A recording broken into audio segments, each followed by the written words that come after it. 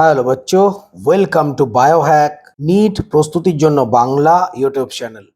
তো দু একদিন আগেই একটা নিউজ রিপোর্ট এসছে, আমাদের মিনিস্ট্রি অফ এডুকেশন নিট 2026 যে এক্সাম সেটা অনলাইনে কিভাবে ট্রান্সফার করা যায় সেই নিয়ে চিন্তা ভাবনা করছে, রিসার্চ করছে এবং চেষ্টা চালাচ্ছে নিট 2026 থেকেই কিভাবে এই পেন পেপার ওএমআর বেসড যে নিট এক্সাম সেটাকে সিবিটি মোড মানে কম্পিউটার বেসড এক্সাম মোডে ট্রান্সফার করা যায়। তোমরা প্রত্যেকেই জানো নিট 2025 সালের 2-3 মাস আগে থেকেই এই ধরনের খবর বা এই ধরনের কথাবার্তা আমাদের এডুকেশন মিনিস্টার তিনি বিভিন্ন জায়গায় বলছিলেন। আলটিমেটলি নিট 2025 সালে ঠিক পরীক্ষার কিছুদিন আগেই যেটা মিনিস্ট্রি অফ এডুকেশন বলেছিল যে কম্পিউটার বেসড এক্সাম নেক্সট কয়েক বছর সম্ভব নয়। এর কারণ প্রত্যন্ত গ্রামাঞ্চলে যে সমস্ত স্টুডেন্টরা নিট এক্সাম দেয় তাদের জন্য প্রপার ইন্টারনেট ব্যবস্থা, কম্পিউটার ব্যবস্থা এগুলো করা এই মুহূর্তে আমাদের দেশের পক্ষে সম্ভব নয়। কারণ নিট এক্সাম আর 5টা ছোট ছোট এক্সামের মতো নয়। নিট এক্সাম 24 লক্ষ প্লাস স্টুডেন্ট দেয়, যার মধ্যে ম্যাক্সিমামই কিন্তু সাধারণ খেটে খাওয়া মানুষের ছেলেমেয়েরা রয়েছে, যার মধ্যে ম্যাক্সিমাম এমন রয়েছে যারা কিন্তু কোচিং সেন্টারে, বড় বড় কোচিং সেন্টারে পড়াশোনা করতে পারে না।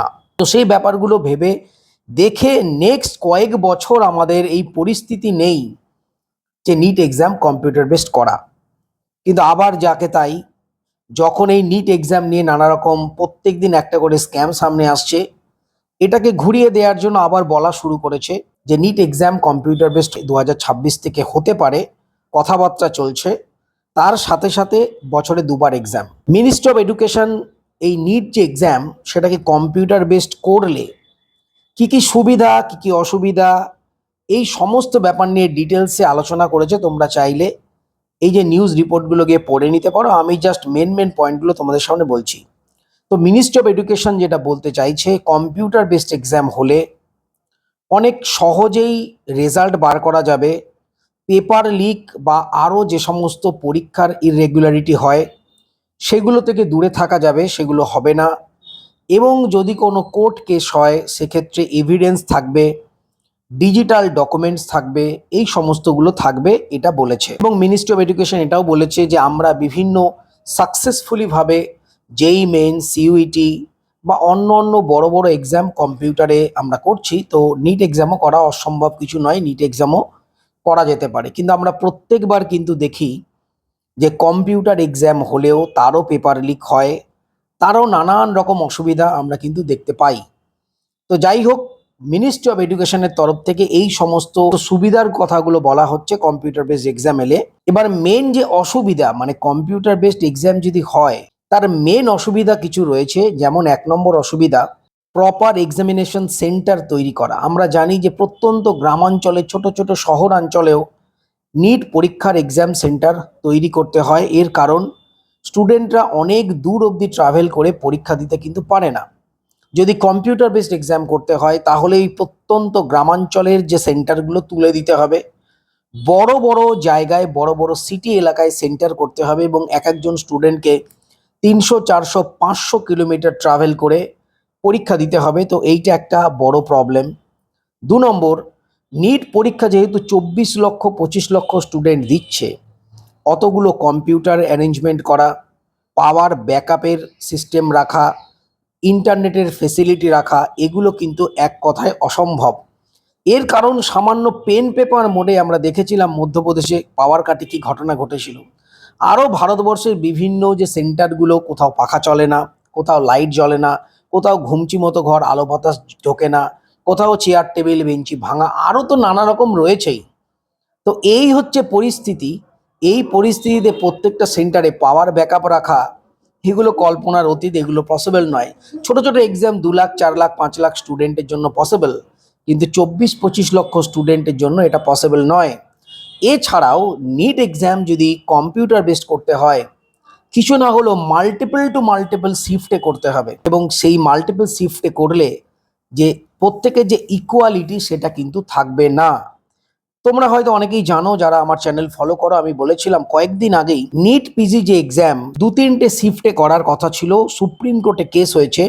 সুপ্রিম কোর্ট কিন্তু বলে দিয়েছে, স্পষ্ট নির্দেশ দিয়েছে যে নিট পিজি এক্সাম একটা শিফটেই করতে হবে।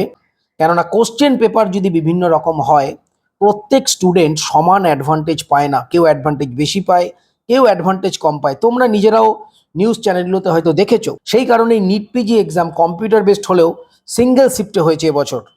সুতরাং সুপ্রিম কোর্ট কিন্তু অনেক হিয়ারিংয়ের পর এটা বুঝতে পেরেছে যে মাল্টিপল শিফটে এক্সাম হলে কিছু কিছু স্টুডেন্ট অ্যাডভান্টেজ পায়, কিছু কিছু স্টুডেন্ট ডিসঅ্যাডভান্টেজ পায়। তো এইগুলো রয়েছে ডিসঅ্যাডভান্টেজ। এছাড়াও মেন যেটা বড় ডিসঅ্যাডভান্টেজ, এই সিবিটি মোডে ম্যাক্সিমাম গরিব মানুষের ছেলেমেয়েরা, মধ্যবিত্ত স্টুডেন্ট, তাদের তো কম্পিউটার বেসড এক্সাম দেওয়ার কোনো প্র্যাকটিসই নেই। এমনও অনেক স্টুডেন্ট আছে কম্পিউটার দেখলেই তারা ঘাবড়ে যাবে। সুতরাং তারা কিভাবে কম্পিউটার বেসড এক্সাম দেবে? যারা কম্পিউটার জানে, যারা বাড়িতে কম্পিউটার চালায়, তারা তো অ্যাডভান্টেজ পেয়ে যাবে। তো সেই স্টুডেন্টদেরগুলো কি হবে? তো এই সমস্ত চিন্তাভাবনাগুলোও করতে হবে।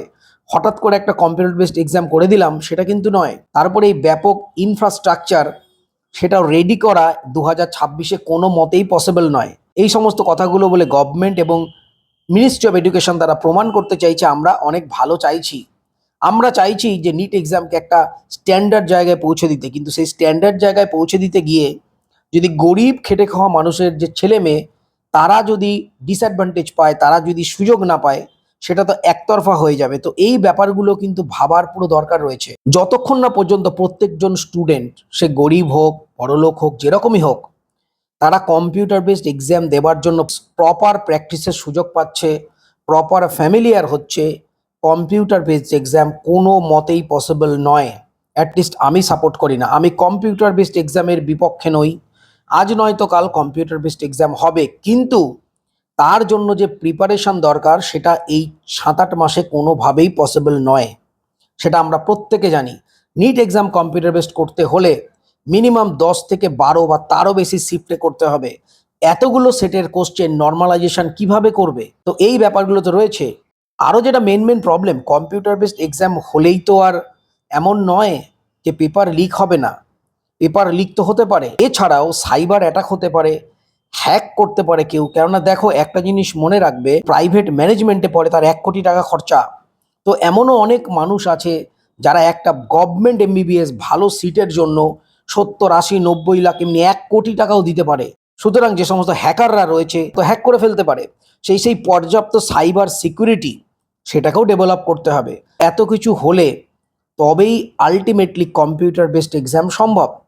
যদিও যে রাধাকৃষ্ণন কমিটি, তারা কম্পিউটার বেসড এক্সামের পরামর্শ দিয়েছিল, এবং সেই পরামর্শ অনুযায়ী 2025 সালেই আমাদের সেন্ট্রাল গভর্নমেন্টের শিক্ষা দপ্তর জানিয়ে দিয়েছিল যে আমাদের এখনো বেশ কয়েক বছর সময় লাগবে এই সমস্ত কিছু ডেভেলপ করতে, ইনফ্রাস্ট্রাকচার ডেভেলপ করতে, তারপরে গিয়ে আমরা কম্পিউটার বেসড এক্সাম করতে পারবো। হঠাৎ করে বলে দিলাম আমার কম্পিউটার বেসড এক্সাম, এটা কিন্তু কখনোই পসিবল নয়।